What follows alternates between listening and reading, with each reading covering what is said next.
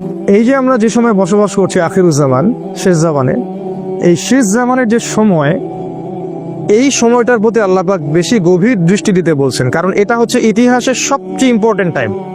কারণ এখানে এমন এমন কিছু ঘটনা ঘটবে যা পৃথিবীর ইতিহাসে কখনো ঘটেনি। কিরকম? একদিন সাহাবীরা বসে আছেন, রাসূল সাল্লাল্লাহু আলাইহি ওয়াসাল্লাম আসলেন, এসে বললেন তোমরা কি নিয়ে কথা বলছো? সাহাবীরা বললেন আমরা কিয়ামত নিয়ে কথা বলছি। রাসূল সাল্লাল্লাহু আলাইহি ওয়াসাল্লাম বলে, শুনে রাখো, 10টা আলামত না দেখা পর্যন্ত কিয়ামত হবে না। নাম্বার 1 দাজ্জাল, নাম্বার 2 ইয়াজুজ আর মাজুজ, নাম্বার 3 ঈসা আলাইহিস সালামের আগমন, নাম্বার 4 দাব্বাতুল আরদ, জমিন থেকে অনেকগুলো প্রাণী বের হবে। 5 নাম্বার আর দুখান, ধোঁয়া, সারা পৃথিবী ধোঁয়ায় ছেয়ে যাবে। 6 নাম্বার, 6, 7, 8 সম্ভবত 3টা ভূমিকম্প, 3টা বড় বড় ভূমিকম্প হবে পৃথিবীর পূর্ব, পশ্চিম এবং মাঝখানে। আরেকটা হচ্ছে পশ্চিম দিক থেকে সূর্য উঠবে। আর সর্বশ্রেষ্ঠ হচ্ছে ইয়েমেন থেকে আগুন বের হবে, এই আগুনটা মানুষকে তাড়িয়ে নিয়ে আসবে আরাফার মাঠের দিকে। রাসূল সাল্লাল্লাহু আলাইহি ওয়াসাল্লাম বলছেন 10টা আলামত না দেখা পর্যন্ত কিয়ামত হবে না। কোরআনে আল্লাহ পাক অনেকগুলো কসম করেছেন। ওয়াতিন, ডুমুর ফলের কসম। আমাদের দেশের ডুমুর ফল না, আবার যে ডুমুর ফল মক্কা মদিনায় পাওয়া যায়, আরবে পাওয়া যায়, কাঁচা খেতেও মিষ্টি লাগে। ওয়াতিন ওয়া জাইতুন, জাইতুন ফলের কসম। জাইতুনের তেল দিয়ে রাসূল সাল্লাল্লাহু আলাইহি ওয়াসাল্লাম মালিশ করতে বলেছেন, উপকারী। ওয়া তুরি সিনিন, তুর পাহাড়ের কসম, সিনাই পাহাড়ের কসম। এরকম অনেক কসম আছে। ওয়াল লাইল, রাতের কসম। ওয়া দুহা, দ্বীপ্রহরের কসম। ওয়াল ফাজর, ফজরের কসম। ফজরের কসম করে আল্লাহ বলেছেন ফজর সকাল, ফজর নিঃশ্বাস ছাড়ে। অসাধারণ একটা আয়াত, ফজর নিঃশ্বাস ছাড়ে। আজকের এডুকেশন সিস্টেম আমাদের এটা বিশ্বাস করবে? সকাল নিঃশ্বাস ছাড়ে। কোরআন বলেছে ফজর, ফজরের সময় মালায়েকা চলে আসেন, কেরাত হয় ইমামে, তারা শোনেন, কারা কারা নামাজে আসছেন তারা লিখে রাখেন, আল্লাহর কাছে লিস্টটা নিয়ে যান, নিয়ে গিয়ে দেখান যে ফজরের জামাতের এক হাজির ছিল। আবার আসরের জামাতে আরেক দল ফেরেশতা আসে, তারা আবার দেখেন আসরের জামাতে কারা কারা আছে, তারা আবার ফজর পর্যন্ত থাকে। কোরআনে সূরা ফজরের মধ্যে শপথ করে বলা হচ্ছে যে ফজর নিঃশ্বাস ছাড়ে। আমাদের এডুকেশন সিস্টেম কি বিশ্বাস করবে কথাটা? ফজর নিঃশ্বাস ছাড়ে, তারপর পাগলের প্রলাপ কি বলে, হয়তো গাল গল্প বলে। এই জন্য আমি বারবার বলি যে this education system is created by দাজ্জাল। এই এডুকেশন সিস্টেমটা ক্রিয়েট করেছে দাজ্জাল নিজেই। তার উদ্দেশ্য একটাই, কিভাবে আমাদের পুরো জেনারেশনের পর জেনারেশন, প্রজন্মের পর প্রজন্মকে আল্লাহ থেকে দূরে সরানো যায়, এটাই উদ্দেশ্য, আর কোনো উদ্দেশ্য নেই। একজন পিএইচডি ডিগ্রি অর্জন করবে কিন্তু ভিতর থেকে হবে অন্ধ। একজন ডক্টরেট করবে, বাইরে থেকে ডিগ্রি নিয়ে আসবে, তার বাবা মা থাকবে বৃদ্ধাশ্রমে। সে ইন্টারনালি ব্লাইন্ড। আল্লাহ পাক এরকম অনেক কসম করেছেন। একটা কসম সময়ের কসম। সময়ের কসম আল্লাহ কেন করলেন সেটা বলার আগে বলছি, আল্লাহ যে কসম করলেন, আমাদের জন্যও কি কসম করার বিধান নাই? আছে। আমরা যদি কসম করি তাহলে শুধু আল্লাহর নামেই করতে হবে। কারণ একটা হাদিসে রাসূল সাল্লাল্লাহু আলাইহি ওয়াসাল্লাম বলেছেন, মান হালাফা বিগাইরি ইসমিল্লাহ ফাকাদ কাফারা, যে ব্যক্তি আল্লাহ ছাড়া অন্য কারো নামে কসম করলো সে কুফরি করলো। আমরা যখন কসম করব অবশ্যই আল্লাহর নামেই কসম করতে হবে। ছোটবেলায় আমরা শিখেছিলাম আল্লাহর কসম করতে হয় না, এই জন্য আমরা মায়ের কসম করতাম, বাবার কসম করতাম। এখন আমরা দেশের কসম করি, মাতৃভূমির কসম করি। তা আল্লাহ বলেছেন কসম করতে হবে শুধুমাত্র আল্লাহরই, অন্য কারো না। তবে আল্লাহ রাব্বুল আলামিন তার সৃষ্টির কসম করেন, যেমন রাত দিন, ফজর, ডুমুর ফল, কোরআন, চাঁদের, সময়ের ইত্যাদি। সময়ের কসম করার অর্থ কি? সময়ের কসম আল্লাহ পাক কেন করছেন? আল্লাহ পাক যখন কোনো কিছুর কসম করছেন বুঝতে হবে ওই বিষয়টা অত্যন্ত গুরুত্বপূর্ণ। এটা বোঝার জন্য খুব বেশি বুদ্ধির দরকার নাই। আল্লাহ পাক তো সহজে কোনো বিষয়ের কসম করবেন না। আর কোরআন নাজিল করার সময় আল্লাহ পাক খুবই ইকোনমিক্যাল। কোন দিকে? শব্দ চয়নের ক্ষেত্রে আল্লাহ পাক অতিরিক্ত কোনো শব্দই চয়ন করতে চাচ্ছেন না, যেটা দরকার সেটা নাজিল করছেন। অহেতুক কোনো শব্দ কিন্তু কোরআনে নাই। কোরআন এমন একটা কিতাব যেটার একটা শব্দ দিয়ে একটা জাতির ইতিহাস বলা হয়েছে। সিরিয়াসলি, সূরা কাহফের মধ্যে একটা শব্দ আছে, জুলকারনাইন বাদশা যাচ্ছেন একদিকে, একটা কওমকে দেখতে পেলেন যে কওমের সূর্যের আলো থেকে বাঁচার কোনো বুদ্ধি ছিল না। তারা জানতো না কিভাবে সূর্যের আলো থেকে নিজেদেরকে রক্ষা করতে হবে। আল্লাহ ভালো জানেন এই জায়গাটা কোথায়। আল্লাহ পাক শুধু বলেছেন ক্যাযালিকা, ওরা এরকমই ছিল, ব্যাস এতটুকু। ওই সম্প্রদায়টা এমনই ছিল বলে আল্লাহ পাক অন্য প্রসঙ্গে চলে গেছে। একটা ওয়ার্ড দিয়ে একটা সম্প্রদায়ের কথা বলেছেন আল্লাহ পাক। শব্দ আল্লাহ পাক হয়তো চয়েস করবেন না, তাই সময়ের শপথ কেন করলেন? 3টা কারণে করতে পারেন, শর্ট করে বলছি। একটা হলো, অবশ্যই আমাদেরকে চোখে আঙ্গুল দিয়ে দেখিয়ে দেওয়া হচ্ছে যে আমাদের জীবনের সবচেয়ে গুরুত্বপূর্ণ জিনিস সময়। আমাদের মানব জাতির জন্য সবচেয়ে গুরুত্বপূর্ণ জিনিস হচ্ছে সময়, যেটা আমরা ফেসবুকে, অনলাইনে থেকে, ইউটিউবিং করে, গার্লফ্রেন্ডের সাথে সময় অপচয় করে, কফি খেয়ে, চায়ের দোকানে আড্ডা পিটে, খেলার মাঠে নষ্ট করি। তবে মানুষ যখন মৃত্যুবরণ করবে কিয়ামতের মাঠে এবং জান্নাতে যদি চলেও যায়, সেখানে গিয়েও মানুষের আফসোস হবে ওই সময়গুলোর জন্য, যে সময়গুলো মানুষ অহেতুক নষ্ট করেছে, যে সময়গুলোতে মানুষ আল্লাহর কথা বলেনি, আল্লাহর জিকির করেনি, রাসূলের প্রতি দরুদ পড়েনি। ওই সময়গুলোর জন্য মানুষ আফসোস করতে থাকবে। একজন জান্নাতি ব্যক্তিও আফসোস করতে থাকবে, কেন আমি ওই সময়গুলো আল্লাহর জিকির করিনি। সময় সবচেয়ে বেশি ইম্পর্টেন্ট জিনিস। আর এই সভ্যতা, এই গডলেস ওয়ার্ল্ড এবং এই এডুকেশন সিস্টেম আমাদের সময়গুলোকে খেয়ে ফেলেছে। এখন আমার মনে হয় এই 30 বছরের জীবনে এসে আমার কাছে মনে হয় যে আমার জীবনের 15 বা 18টা বছর অপচয় হয়ে গেছে। 18 বছরে আমি হাফেজ হতে পারতাম, আমি হয়তো হাদিসেরও হাফেজ হতে পারতাম, বুদ্ধি ব্রেন ভালো ছিল, ফার্স্ট হতাম সবসময়। আমি হয়তো ফিক পড়তে পারতাম, ইতিহাস পড়তে পারতাম, সিরাত পড়তে পারতাম। এখন সারাদিন রাত যত কাজই করি না কেন, আত্মতৃপ্তি হয় না, মনে হয় কিছু না কিছু গ্যাপ থেকেই গেল, আর এই গ্যাপটা কখনো পূরণ হবে না, অসম্ভব। তাই যারা 40 বছর 50 বছর বয়সে তাস খেলছে, টিভি দেখতেছে, আড্ডা পিটাচ্ছে, এদেরকে দেখলে বুঝেই আসে না যে এই বয়সে কিভাবে সেটা করতে পারে। একটা বড় কি চিন্তা হয় না যে আমার হায়াত কমে আসছে, আমি পৃথিবীতে আর হয়তো বেশি দিন থাকবো না। সুবহানাল্লাহ, সময়ের কসম, আল্লাহ পাক সময়ের কসম করে আমাদেরকে সময়ের দিকে দৃষ্টি দিতে বলছেন, সময় সম্পর্কে সচেতন হতে বলছেন। দেখেন, মানুষ সারা জীবনে অনেক কষ্ট করে ঠিকই, কষ্টের পর কষ্ট সহ্য করে, একটা চাকরির জন্যে, একটা জমির জন্যে, একটা ভালো জব, স্ট্যাটাস, টাকা, সিকিউরিটি, বাড়ি গাড়ি, বউ বাচ্চা, এগুলোই তো। এগুলো ছাড়া আর কিচ্ছু নাই, এগুলো ছাড়া কিন্তু কিচ্ছু নাই, সব এগুলোই। এইগুলোর পিছনে সারা দিন রাত মানুষ প্রচণ্ড পরিশ্রম করে, মানুষ কিন্তু প্রচণ্ড পরিশ্রম করে। আর শয়তান মানুষকে প্রচণ্ড পরিশ্রম করিয়েও নেয়, ও মানুষকে কষ্টের পর কষ্ট দিয়ে জাহান্নামে নিয়ে যেতে চায়। কিন্তু দেখেন, কষ্টের ট্র্যাকটা ভুল, কষ্টের ট্র্যাকটা ঠিক নাই, রং ট্র্যাকে সে কষ্ট পেয়েছে। এই যে আমাদের ছেলেমেয়েরা পড়াশোনা করছে, নার্সারিতে ভর্তি হচ্ছে 5 বা 6 বছর বয়সে, 25 বছর পর্যন্ত ঘাড়ে ব্যাগ থাকবেই। অনার্স মাস্টার্স করতে করতে 25 হয়ে যাবে বয়স। এই লম্বা সময়ে সে কোরআন শিখবে না, জেনারেল এডুকেশনের কথা বলছি, কোরআন A to Z শিখবে না, হাদিস শিখবে না, ফিকহ শিখবে না, ইতিহাস শিখবে না, সে ইসলামের যে রাসূলের জীবনী সেটা শিখবে না, সাহাবীদের জীবনী শিখবে না, এগুলো কিছু শিখবে না। 25 বছর পর্যন্ত সে কষ্ট করবে। আমরা যখন জেনারেল লাইনে পড়তাম, আমাদেরকে এক একটা কবিতা, এক একটা গল্প এমনভাবে পড়ানো হতো, একদম ভেজে ভেজে খাওয়াই দেওয়া হতো। রবীন্দ্রনাথের কবিতা, নজরুলের কবিতা, জীবনানন্দ দাশের কবিতা, শেক্সপিয়ারের গল্প, তারপরে আপনার মাইকেল মধুসূদন দত্তের কবিতা। অবশ্যই এখানে ইসলামপন্থী কারো কবিতা ছিল না।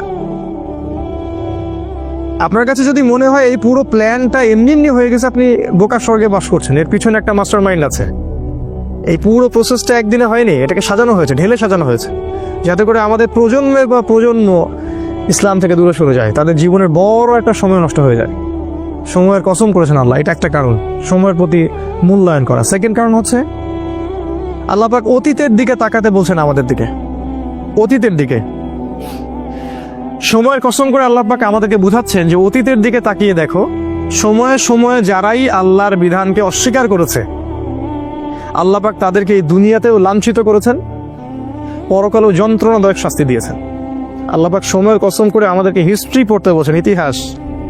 অতীতের দিকে তাকাও, দেখো আদম আলাইহিস সালাম থেকে শুরু করে এই পর্যন্ত একই সুন্নাত, আল্লাহর সুন্নতের মধ্যে কোনো পরিবর্তন নাই। ওয়ালান তাজিদা লিসুন্নাতিল্লাহি তাবদীল, আল্লাহ বলেছেন আমার সুন্নাত, আমার স্টাইলে কোনো পরিবর্তন পাবে না।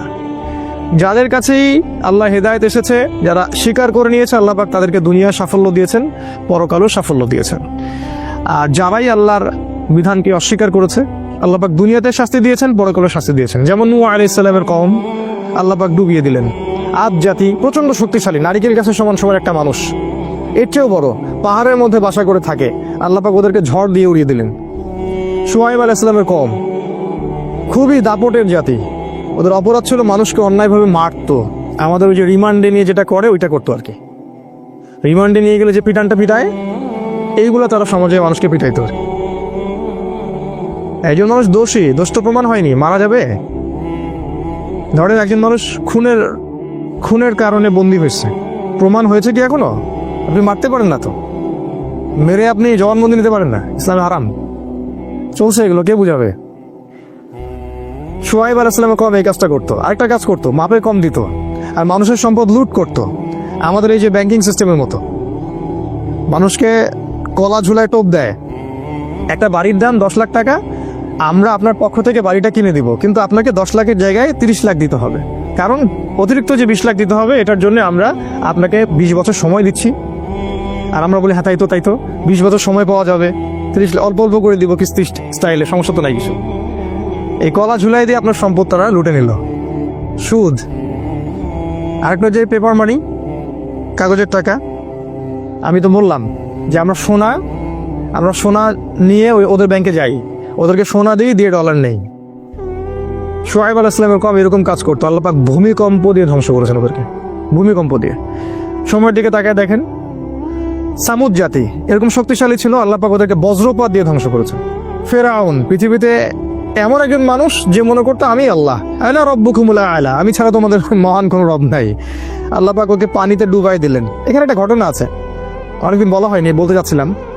ফেরাউন যখন ডুবছিল তখন কিন্তু সে ঈমান এনেছিল, এটা কি জানেন? ফেরাউন যখন ডুবছিল তখন কিন্তু সে ঈমান নিয়ে আসছিল। ফেরাউন যখন ডুবছে ও সেনাবাহিনী সহ, তখন জিবরাইল অন্যান্য ফেরেশতারা চলে আসছেন, কারণ মৃত্যু হবে, এখন জান কবজ করা হবে।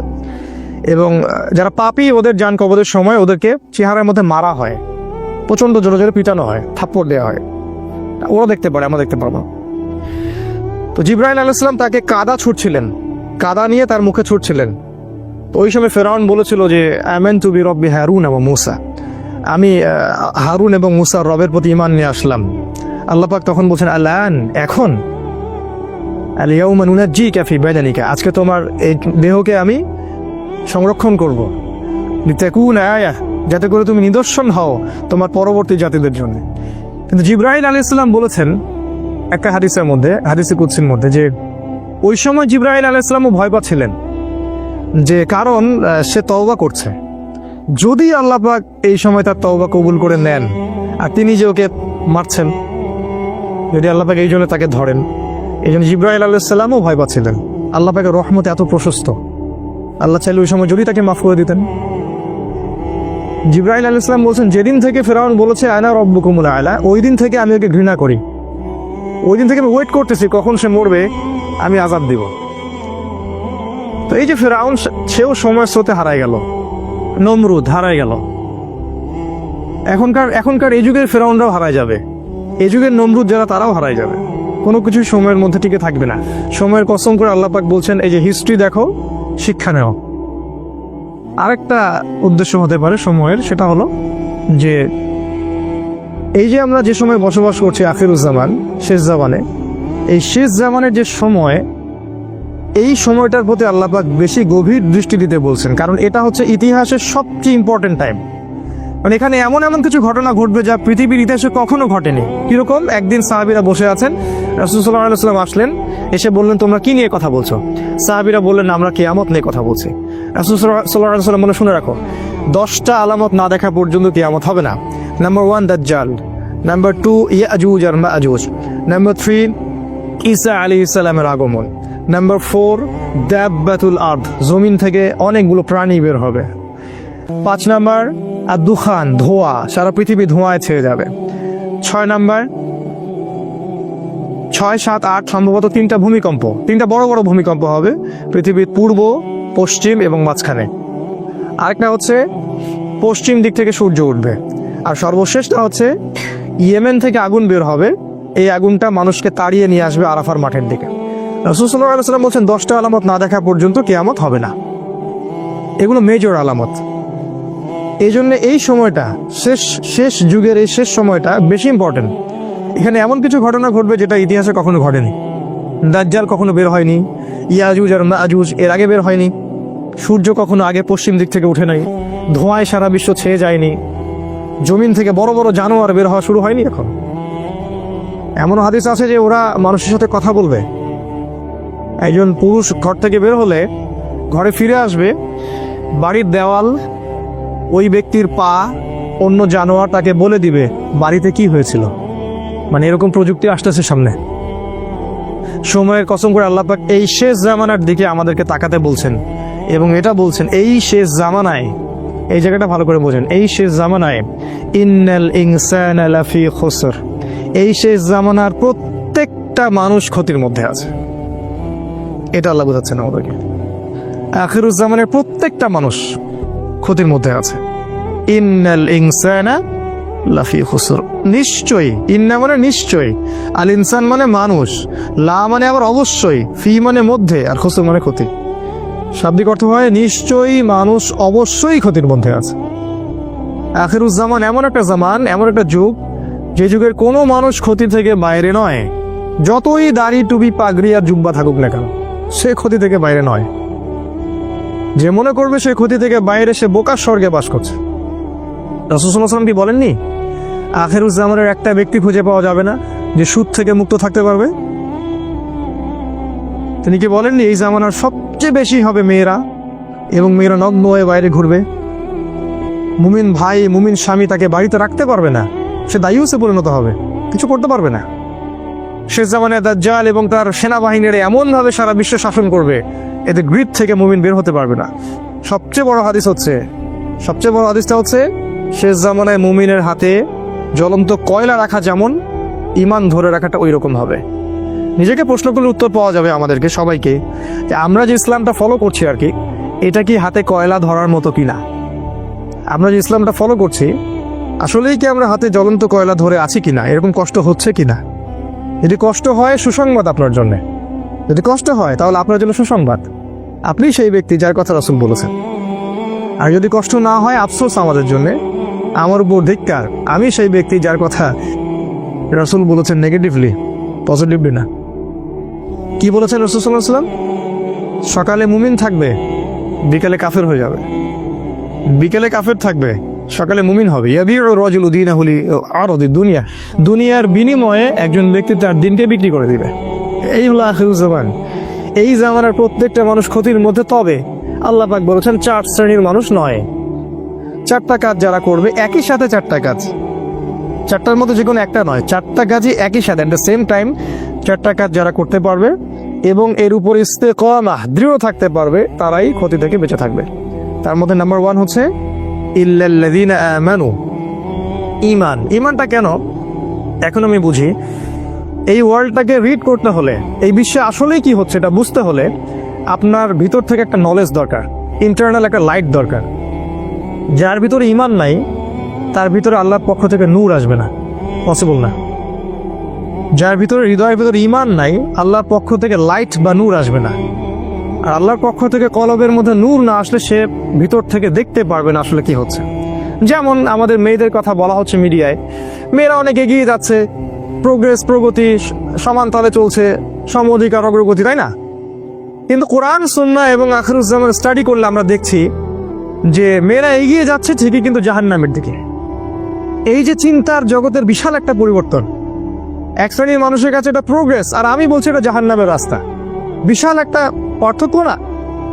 এই পার্থক্যের কারণ হচ্ছে যে মন্তব্যটা করেছে সে বাহ্যিক দৃষ্টি দিয়ে করেছে, আমরা কোরআন সুন্নাহ থেকে ঘেটে ইন্টারনাল অবজারভেশন থেকে মন্তব্যটা করলাম।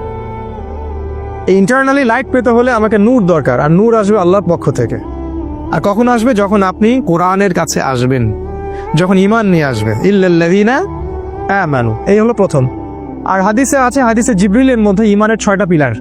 তো অনেকেই জানি না ইমানের 6টা পিলার হচ্ছে, 1 নাম্বার আমানতু বিল্লাহ, আল্লাহর প্রতি বিশ্বাস করা, তার ফেরেশতাগণের প্রতি বিশ্বাস করা, তার আসমানি কিতাবগুলোর প্রতি বিশ্বাস করা, রসুলগণের প্রতি বিশ্বাস করা, পরকালের প্রতি বিশ্বাস করা এবং তাকদীরের ভালো মন্দের প্রতি বিশ্বাস করা। এই 6টা পিলারকে বিশ্বাস করার নাম ইমান।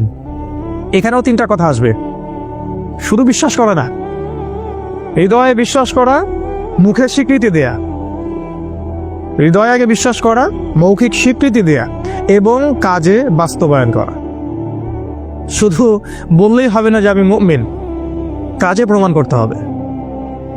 কিছু মানুষ আছে আমাদের বলে যে আমি তো গুনাহ করিনি, নামাজ পড়ার কি দরকার আছে, আমি তো খারাপ কাজ করি না, আমি তো সারাদিন ভালো কাজ করি, জনকল্যাণমূলক কাজ করি, আমি তো জননেতা, নামাজের তো প্রয়োজন নাই। নামাজ তাদের জন্য যারা গুনাহ করে, ওদের গুনাহ মাফ করানোর প্রয়োজন আছে, তারা যাবে নামাজে, আমি নামাজে যাবো কেন?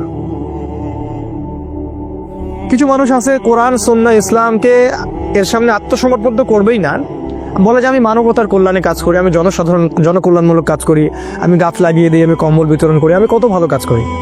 এগুলো তো ভালো কাজ, আমি তো সদা সত্য কথা বলি, ব্যবসায় হালাল খাই, আমার নামাজের তো দরকার নেই। ইমানের একটা পিলার হচ্ছে মনে বিশ্বাস, মুখে স্বীকৃতির সাথে সাথে কাজে অবশ্যই বাস্তবায়ন করতে হবে। এই কাজে বাস্তবায়ন করতে গিয়ে কিছু মানুষ শৈথিল্যবাদী হয়ে যাবে, আর কিছু মানুষ হয়ে যাবে চরমপন্থী। আমাদেরকে হতে হবে মধ্যমপন্থী, খুব চরমপন্থীও না, আবার শৈথিল্যবাদীও না। কারণ আল্লাহ পাক এই উম্মতকে বলেছেন উম্মাতান ওয়াসাতা লিতাকুনু শুহাদা আলান নাস, তোমরা হচ্ছে মধ্যমপন্থী উম্মত, তোমাদেরকে অন্যান্য উম্মতগুলোর উপরে সাক্ষী হিসেবে উপস্থাপন করা হবে। 1 নাম্বার, ক্ষতি থেকে বেঁচে থাকবে তারাই যারা মুমিন, এই 6টা পিলারের প্রতি বিশ্বাস করে, তারপরে মুখে স্বীকৃতি দেয় এবং কাজে বাস্তবায়ন করে। 2 নাম্বার, ওয়া আমিলুস সলিহাত, ঈমান আনার সাথে সাথে যারা সৎ আমল করে। এখন আমিলুস সলিহ এর সংজ্ঞা কি? এক কথায় খুব সহজ করে যদি সংজ্ঞা বলি, তাহলে যে আমল বা যে কাজগুলো আল্লাহ অনুমোদন করেছেন, তার রাসূল অনুমোদন করেছেন, বা রাসূলুল্লাহ সাল্লাল্লাহু আলাইহি ওয়াসাল্লাম করেছেন বা করতে বলেছেন, অথবা মৌন সম্মতি দিয়েছেন।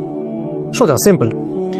যে প্রত্যেকটা কাজ আল্লাহর রাসূল সাল্লাল্লাহু আলাইহি ওয়াসাল্লাম আল্লাহর বিধানের আলোকে আমাদেরকে করতে বলেছেন, অথবা নিজে করেছেন, অথবা কেউ করেছেন তিনি মৌন সম্মতি দিয়েছেন, এই ধরনের কাজগুলোকে বলা হয় আমলুস সালেহ।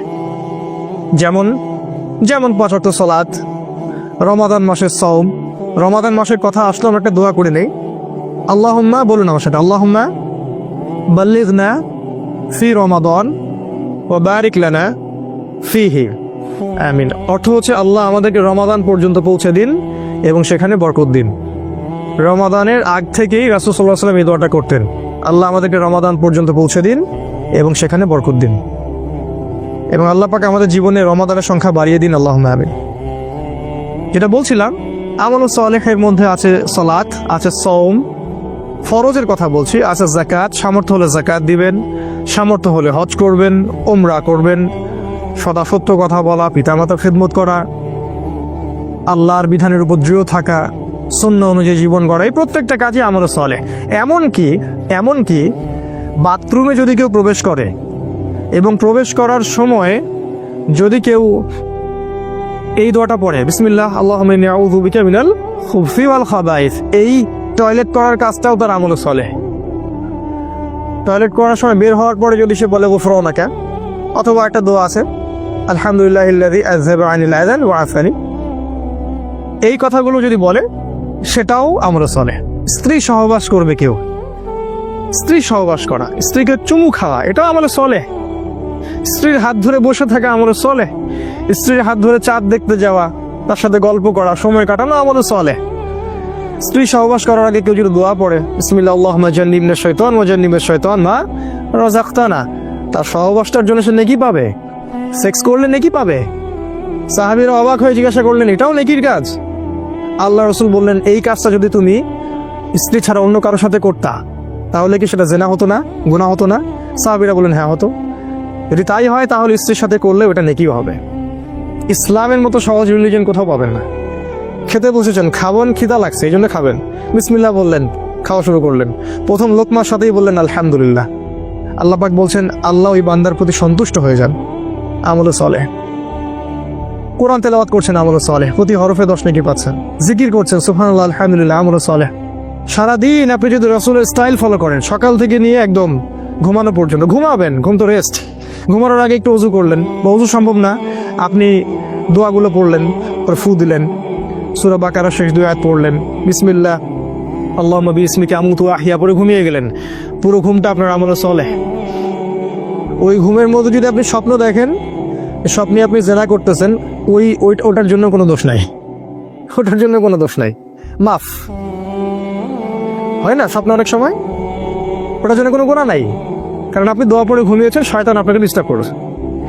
এরকম প্রতিটা কাজ, যেই কাজগুলো রাসূল সাল্লাল্লাহু আলাইহি ওয়াসাল্লাম করেছেন বা করতে বলেছেন, অথবা মৌন সম্মতি, মানে সম্মতি দিয়েছেন ঠিক আছে করতে পারো, সেগুলো আমল সালেহ। আরেকটা জিনিস আছে, একই সাথে আল্লাহ এবং তার রাসূল যে কাজগুলো করতে নিষেধ করেছেন, যে কাজগুলো করতে নিষেধ করেছেন, যে কাজগুলো করার ব্যাপারে শাস্তির কথা বলেছেন, সেই প্রত্যেকটা কাজ ছেড়ে দেওয়াও আমলে সালেহ। যেমন রাসূল বলেছেন যে শিরিক করো না, শিরিক না করা আমলে সালেহ। সুদ খেও না, সুদ যে আপনি খাচ্ছেন না এটাই আমলে সালেহ। সুদ আপনি খাচ্ছেন না, সুদ খাবো না বলে অন্যটা আপনি রিজিকের সোর্স খুঁজেছেন, যে আমি সুদে থাকতে চাই না, এই জন্য আমি কলা বিক্রি করি, ওই কলা বিক্রি করাটা আপনার আমলে সালেহ। এবং আপনি আল্লাহর কাছে মর্যাদা পান ওই কোটটাই পড়া ব্যাংক অফিসারের চাইতে। কোটটাই পড়া ব্যাংকের অফিসার আল্লাহর কাছে রক্ত চোষা প্রাণীর মতো। কোরআনের ভাষায় বললে হয়তো অনেকে কষ্ট পাবেন, আল্লাহ পাক বলেছেন জানোয়ারের মতো। আল্লাহ পাক বলেছেন জানোয়ারের মতো, সূরা আরাফ আয়াত নম্বর 179। মাঝে মাঝে একটু হিট দিয়ে কথা বলতে হয় বলেই আল্লাহ এগুলো কথা বলেন। তো এই যে আমরা অন্যায় থেকে দূরে থাকছি, এটাও আমাদের চলে। ওই যে টাকনুর নিচে কাপড় পরলে গোনা হয়, আপনি প্যান্টটা কেটে নিলেন, এটাই আমাদের চলে, কারণ আপনি টাকনুর নিচে কাপড় পরতে চাচ্ছেন না, দাড়ি শেভ করতে হয় না, এই জন্য আপনি ছেড়ে দিয়েছেন। দাড়ি যতদিন থাকবে আপনি আমল সলের মধ্যেই আছেন, কন্টিনিউয়াসলি নেকি লেখা হচ্ছে। আর এটা একমাত্র সুন্নাহ যেটা মৃত্যুর পর আপনার পরিচয় বলে দিবে আপনি মুসলিম না মুসলিম। যে একমাত্র সুন্নাহ, ভিজিবল সুন্নাহ, যেটা নিয়ে আমরা কবরে যাব। আর কোনো সুন্নাহ নিয়ে আমরা কবরে যাচ্ছি না, ভিজিবল, দেখা যাচ্ছে না। একমাত্র সুন্নাহ যেটা দেখা যাচ্ছে, এটা নিয়ে কবরে যাবে মানুষ। পাগড়ি নিয়েও যাবে না কবরে, জুব্বা নিয়েও যাবে না কবরে। তো যেটা বলছিলাম যে আপনি যে অন্যায়গুলো, এগুলো থেকে যে দূরে থাকছেন, এটা আমলে সলেহ। সেটা প্রত্যেকটা অন্যায় হোক না কেন, যত বড় স্কেলেই হোক আর যত ছোট স্কেলেই হোক, তাহলে আমলে সলেহ আমি মনে হয় বোঝাতে পেরেছি। যে আমলগুলো রাসূল করেছেন, করতে বলেছেন অথবা সম্মতি দিয়েছেন, সেগুলো আমলে সলেহ। একই সাথে যেগুলো রাসূল নিষেধ করেছেন, এগুলো ছেড়ে দেওয়াও আমলে সলেহ। আরেকটা বিষয় আছে, সেটা হলো যে আমলে সলেহ এর বিপরীত জিনিসকে বলা হয় বেদাত। যখন কোনো ব্যক্তি আমলে সলেহ করে না, অন্য কোনো পদ্ধতি অবলম্বন করে যেটা আল্লাহ এবং তার রাসূল অনুমোদন করেননি ইসলামে, এটাকেই বেদাত বলা হয়। এটা সংখ্যার ক্ষেত্রে হতে পারে, সময়ের ক্ষেত্রে হতে পারে, এটা পদ্ধতির ক্ষেত্রে হতে পারে। যেমন দরুদ পাঠ করাটা ইবাদত, কিন্তু মিলাদ মাহফিলের স্টাইলে দরুদ পড়াটা বেদাত। একজন ব্যক্তি দোয়া করবে, একাকী দোয়া করতে পারে, মাশাআল্লাহ, কোনো সমস্যা নেই, কিন্তু সম্মিলিতভাবে একটা সিস্টেম তৈরি করে নেয়া এটা বেদাত। একজন মানুষ ধরেন রোজা রাখবে, ভালো কাজ, এটা একটা নির্দিষ্ট দিনকে বেছে নিল, এই দিনে আমি 1000 রাকাত নামাজ পড়বো, এই দিনে আমি হালুয়া রুটি খাবো, এই দিনে রোজা রাখবো, সিস্টেমটা বেদাত। অর্থাৎ আমলে সলেহ এর বিপরীতটাই কিন্তু বেদাত। আমলে সলেহ এর পরিণাম জান্নাত, বেদাতের পরিণাম কিন্তু জাহান্নাম। আল্লাহ পাক আমাদেরকে হেফাজত করুন। এই হলো 2 নাম্বার, ঈমান এবং আমলে সলেহ। আর 2টা আছে, শর্ট করে দিচ্ছি। 3 নাম্বার, ওয়াতাওয়াসাউ বিল হক। তারা ক্ষতি থেকে বেঁচে থাকবে শেষ জামানায় যারা নিজেরা আগে হকের উপরে থাকে, নিজেরা আগে হকের উপরে দৃঢ় থাকে, পাহাড়ের মতো, খিদির আলাইহিস সালামের মতো, ওই যে পাহাড়ে পাথরের উপর বসেছিলেন, রকের উপরে নিজেরা দৃঢ় থাকে এবং এরপরে অন্যদেরকে হকের দিকে ডাকে, এরা ক্ষতি থেকে বেঁচে থাকবে। যারা ঈমান এনেছে, এরপর আমলে সলেহ করছে, এখন মাশাআল্লাহ পরিবার গঠন করে ফেলেছে, নিজের যোগ্যতা হয়ে গেছে, নিজে হকের উপর আছে মাশাআল্লাহ, এবার মানুষকে সে হকের দিকে ডাকছে। কারণ ডাকার কাজটা তো স্কুল বয়দের কাজ না, এটা স্কলারদের কাজ। কারণ যদি আমরা দাওয়াত দেওয়ার যোগ্যতা অর্জন না করি, তাহলে আমি মানুষকে ভুল পথে দাওয়াত দিব। সিম্পল। আমি যদি ইংরেজির প্রফেসর হতে চাই, আমাকে ইংরেজির উপর আরো বড় ডিগ্রি নিতে হবে, তারপরে আমাকে ক্লাস নিতে হবে। তাই আমরা নিজেরা যদি আগে এগুলোর উপর স্টিল থাকি, তারপরে আমরা যখন মানুষকে দাওয়াত দিব, যোগ্যতা অর্জন করব, জ্ঞান অর্জন করব, তখন মানুষ সঠিক পথের দিকে আমরা ডাকতে পারবো। আর এই জায়গায় কিন্তু সমস্যা আছে, আমরা দাওয়াটা খুব পছন্দ করি, তো যোগ্যতা থাক বা না থাক একটু সুর করে বলতে পারি, পড়াশোনা থাক বা না থাক, হ্যাঁ পড়াশোনা খুব একটা নাই, সুর আছে গলার মধ্যে। সারা দেশব্যাপী দাওয়াতি কাজ করা হচ্ছে, অসংখ্য মানুষ জিকিরের নামে প্যান্ডেলে উঠে লাফাচ্ছে, অসংখ্য মানুষ ইসলামের নামে দলীয় তাকলিদে যাচ্ছে, অসংখ্য মানুষ জিহাদের নামে জঙ্গিবাদে যাচ্ছে। প্রত্যেকটা জায়গায় সমস্যা সৃষ্টি হচ্ছে। কারণ কি? কারণ যে দাওয়াত দিচ্ছে সে জানে না আসলে সঠিকভাবে দাওয়াত দেওয়ার ম্যাথোডোলজিটা কি। কোথা থেকে শিখবো? আল্লাহ রাসূল থেকে শিখবো, অন্য কারো কাছে যাওয়ার দরকার নেই।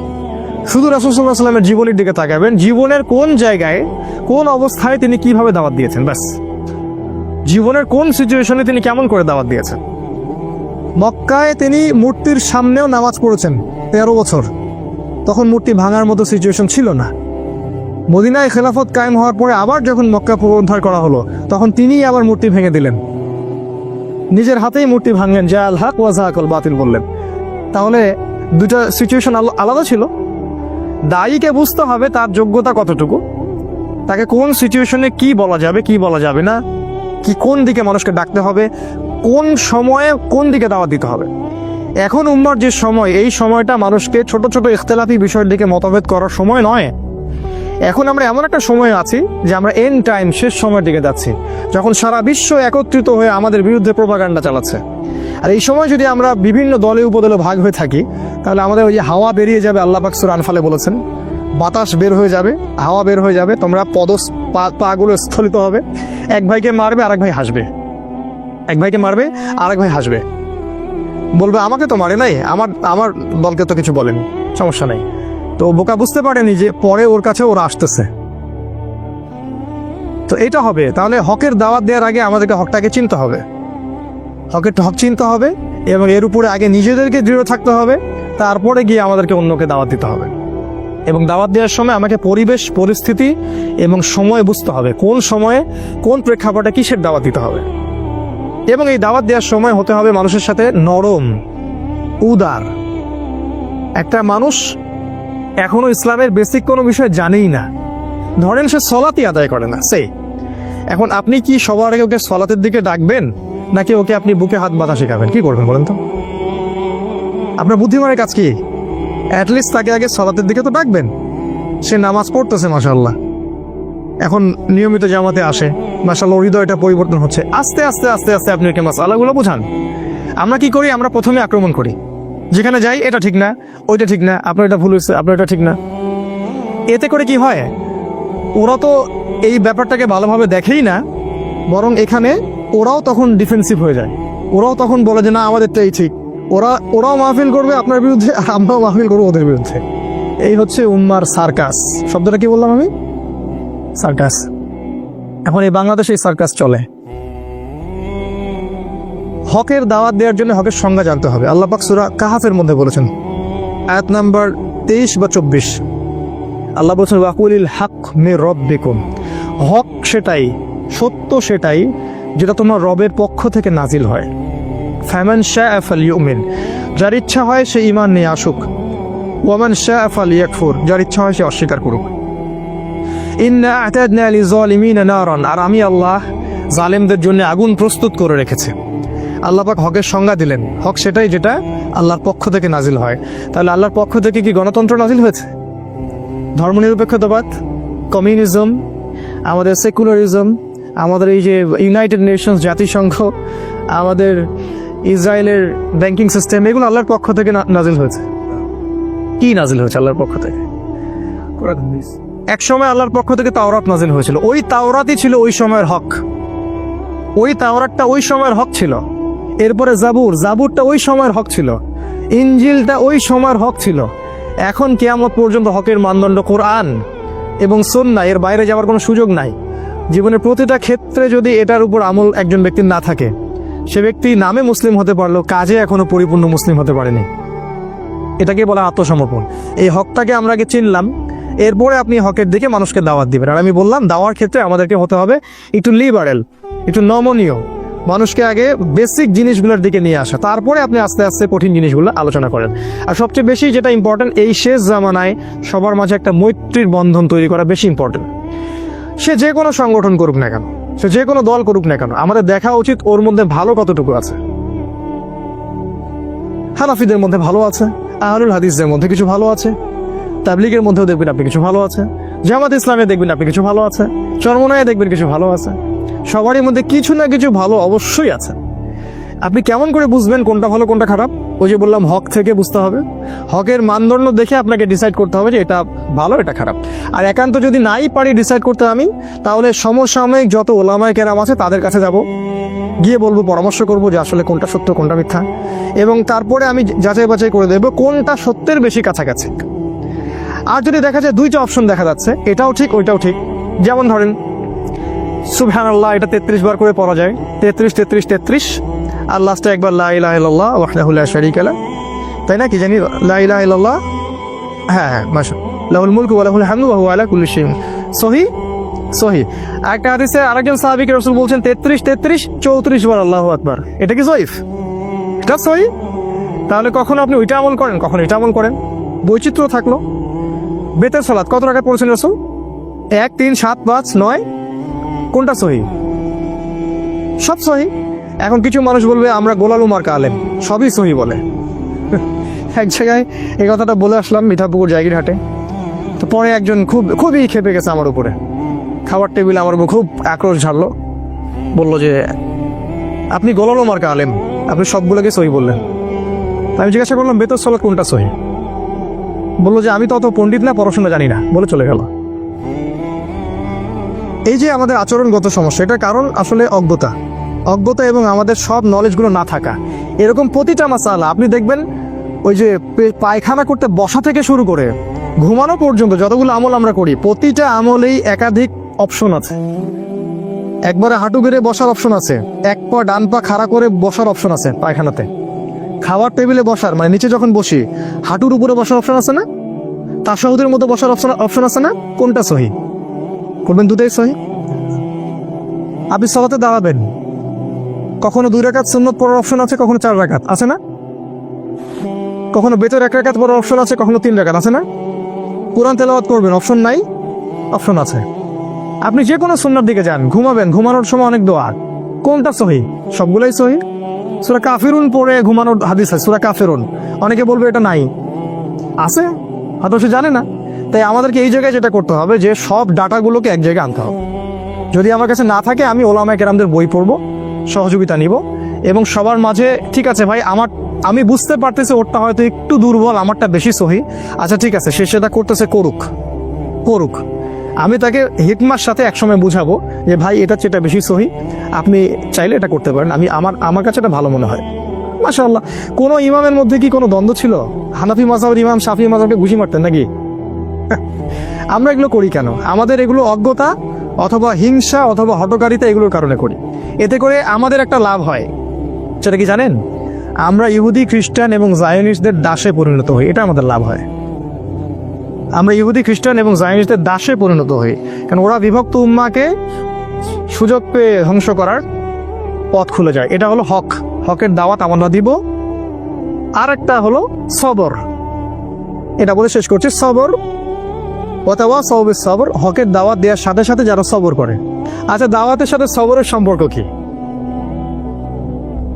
রংপুরে কুকুরের সংখ্যা বেশি হয়েছে না? আমাদের এলাকায় একই অবস্থা। আমাদের এলাকায় কুকুরের যন্ত্রণে ঘুমানো যায় না এখন।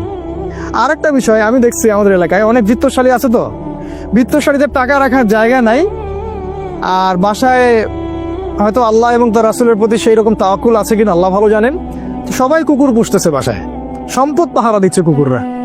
সুবহানাল্লাহ।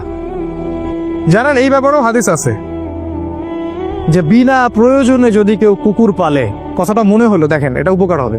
বিনা প্রয়োজনে যদি কেউ কুকুর পালে, প্রতিদিন তার আমলনামা থেকে 1 কেরাত নেকি কেটে দেওয়া হবে। 1 কেরাত মানে হচ্ছে উহুদ পাহাড়ের সমান। আমি দেখেছি উহুদ পাহাড়, আপনারা যারা হজ করেছেন দেখেছেন, উহুদ পাহাড় এত বড় নেকি তার আমলনামা থেকে কেটে দেওয়া হবে। আবার কেউ যদি কোনো ভাইয়ের জানাজায় যায়, তার আমলনামা 1 কেরাত নেকি, 1 কেরাত মানে হচ্ছে উহুদ পাহাড়ের সমান। আমি দেখেছি উহুদ পাহাড়, এত বড় নেকি তার আমলনামা থেকে কেটে দেওয়া হবে। আবার কেউ যদি কোনো ভাইয়ের জানাজায় যায়, তার আমলনামা 1 কেরাত নেকি, 1 কেরাত মানে হচ্ছে উহুদ পাহাড়ের সমান। আমি দেখেছি উহুদ পাহাড়, এত বড় নেকি তার আমলনামা থেকে কেটে দেওয়া হবে। লিখে দেওয়া হবে, মাটি দিলে আরও 1 কিরাত নেকি লিখে দেওয়া হয়। তো সবরের সম্পর্কটা কি? হকের সাথে সবরের একটা সম্পর্ক আছে, সেটা হলো সত্য এমন একটা জিনিস যেটাকে আক্রমণাত্মকভাবে প্রতিষ্ঠিত করা যায় না। হক এমন একটা জিনিস যেটাকে কখনো আক্রমণাত্মকভাবে প্রতিষ্ঠিত করা যায় না, ধৈর্যের সাথে প্রতিষ্ঠিত করতে হয়। এক্সাম্পল, আপনি নূহ আলাইহিস সালামের দিকে তাকান, 950 বছর দাওয়াত দিলেন, 40 বা 80টা মানুষ ইসলাম কবুল করলেন। আপনি তাকান ইব্রাহিম আলাইহিস সালাম, সবর করতে করতে দেশে থাকতে পারলেন না, হিজরত করতে হলো। শেষ করছে। তারপরে দেখেন আপনি আদ সামুদ জাতি, ঠিক আছে, ফিরআউন, মুসা, ঈসা আলাইহিস সালাম। ঈসা আলাইহিস সালামের তো জায়গাই হলো না পৃথিবীতে। মুসা আলাইহিস সালাম, তাকে উম্মাহ এত কষ্ট দিয়েছে, আমাদের নবী মুহাম্মদ সাল্লাল্লাহু আলাইহি ওয়াসাল্লাম মাঝে মাঝে মুসা আলাইহিস সালামের কথা চিন্তা করতেন আর সান্ত্বনা পেতেন। একদিন আল্লাহ রাসূল গনিমতের মাল ডিস্ট্রিবিউট করছিলেন, একজন এসে বললেন, ইয়া মুহাম্মদ ইদিল, হে মুহাম্মদ ইনসাফ করো, তুমি ইনসাফ করছো না। আল্লাহ রাসূলকে বললেন এইভাবে ডাইরেক্ট। রাসূল সাল্লাল্লাহু আলাইহি ওয়াসাল্লামের পাশে সাহাবীরা ছিলেন, তারা বললেন, ইয়া রাসূলুল্লাহ, আমাকে অনুমতি দিন, গর্দান উড়াই দিবে বেটার। আল্লাহ রাসূল সাল্লাল্লাহু আলাইহি ওয়াসাল্লাম ধৈর্য ধরলেন, বললেন যে মুসাকে তার কওম এর চেয়েও বেশি কষ্ট দিয়েছিল। তিনি মুসা আলাইহিস সালামের কথা চিন্তা করে সান্ত্বনা নিতেন। এত বেশি কষ্ট বনী ইসরাইল তাকে দিয়েছিল, কল্পনার বাইরে। আল্লাহ পাক বনী ইসরাইলের মধ্যে এমন অনেক নবী পাঠিয়েছিলেন যাদের সাথে কোনো উম্মতি ছিল না, 2 জন 4 জন 5 জন 10 জন। আবার এমনও হয়েছে একই সাথে একটা জায়গায় অনেকগুলো নবীকে পাঠানো হয়েছে এবং সবাইকে তারা হত্যা করেছে। একদিনে 40 জন নবীকেও তারা হত্যা করেছিল, এরকম হিস্ট্রি আছে। তো সবরের ব্যাপারটা নবীদের সাথে সম্পর্কিত, তাদের দাওয়াতের সাথে দেখেন হকের সাথে সবর সম্পর্কিত আছে। আর সর্বশেষ দেখেন আমাদের মুহাম্মদ সাল্লাল্লাহু আলাইহি ওয়াসাল্লাম নবীজি, তিনি এত ভালো মানুষ, তাকে আল আমিন বলা হয়। তিনি কখনো মিথ্যা বলেন না, কাউকে কষ্ট দেন না, এতিমকে ভরণ পোষণ করেন, বিধবাকে দেখেন। নবী হওয়ার পর থেকেই তার টাইটেলগুলো চেঞ্জ হয়ে গেল, তাকে বলা হচ্ছে কাযযাব, মিথ্যাবাদী, ভণ্ড, প্রতারক, ক্ষমতা লোভী, তাই না, জিনগ্রস্ত, শয়তানের বলি আওরা, এগুলো সব বলা হচ্ছে। হঠাৎ করে চেঞ্জ হয়ে গেল, তাকে 15টা গালি খেতে হচ্ছে, 14 বার তাকে হত্যা করার চেষ্টা করা হয়েছে। নিজের মাতৃভূমিতে তার থাকা হলো না, হিজরত করতে হলো, সবর করলেন। তাই এই যে হকের দাওয়াত, এর সাথে সবরটা খুব ইম্পর্টেন্ট। আমরা যেন এই হকের দাওয়াত দিতে গিয়ে অধৈর্য হয়ে না যাই এবং লিবারেল মধ্যম পন্থা অবলম্বন করি এবং সবার সাথে হৃদ্যতার সম্পর্ক তৈরি করার চেষ্টা করি, সবর করি। একদিনে কোনো কিছু পরিবর্তন হবে না, একদিনে কখনো কোনো কিছু পরিবর্তন হবে না। একটা সুন্দর গঠনমূলক পদ্ধতিতে দীর্ঘস্থায়ী একটা পরিকল্পনা করলে হয়তোবা কোনো ফলাফল পাওয়া যাবে। আল্লাহ রাব্বুল আলামিন, আজকে সময় শেষ হয়ে গেছে, আমি শর্ট শেষ করলাম। আল্লাহ পাক আমাদেরকে শেষ জামানার এই সূরাতুল আসরের উপরে আমল করা তৌফিক দান করুন। এখানে যে বিষয়গুলো আছে এক বাক্যে বলছি যে আল্লাহ পাক সময়ের কসম করে আমাদেরকে সময়ের গুরুত্ব বুঝিয়েছেন, অতীত থেকে শিক্ষা নিতে বলেছেন, শেষ জামানার দিকে বেশি ফোকাস করতে বলেছেন। তিনি বলেছেন শেষ জামানার বেশিরভাগ মানুষই ক্ষতির মধ্যে আছে, তবে তারা নয় যারা ইমানদার, ইমান এনেছে এবং একই সাথে সৎ আমল সম্পাদন করেছে এবং এর সাথে তারা হকের উপর প্রতিষ্ঠিত ছিল, অন্যকেও হকের দাওয়াত দিয়েছে এবং সর্বশেষ যারা ধৈর্যের উপদেশ দিয়েছে পরস্পরকে। এই গুণগুলো আল্লাহ পাক আমাদেরকে অর্জন করার তৌফিক দান করুন, আল্লাহুম্মা আমিন। আল্লাহ রাব্বুল আলামিন আমাদেরকে কোরআন বুঝে পড়ার তৌফিক দান করুন, আল্লাহুম্মা আমিন। এবং এই ছোট্ট সূরাটার মধ্যে অনেক ব্যাপক আলোচনা আছে, আপনারা এগুলো তাফসীর পড়বেন, বাসায় তাফসীর কিনবেন, পড়বেন, আরও অনেক নলেজ আপনারা জানতে পারবেন ইনশাআল্লাহ। আল্লাহ পাক এই প্রতিটা বিষয়ের উপর আমাদেরকে আমল করার আল্লাহ পাক তৌফিক দান করুন। আমাদের কোরআনের আলোয় আল্লাহ পাক আমাদেরকে আলোকিত করুন, আমাদেরকে ইমান আনার মতো আনার তৌফিক দান করুন, আমলে সালেহ বেশি বেশি করার তৌফিক দান করুন, হকের উপর থাকার তৌফিক দান করুন, দাওয়াত দেওয়ার তৌফিক দান করুন এবং সবর বা ধৈর্য ধরার আল্লাহ পাক তৌফিক দান করুন, আল্লাহুম্মা আমিন। এই বলে আমি আমার আজকের বক্তব্য শেষ করছি।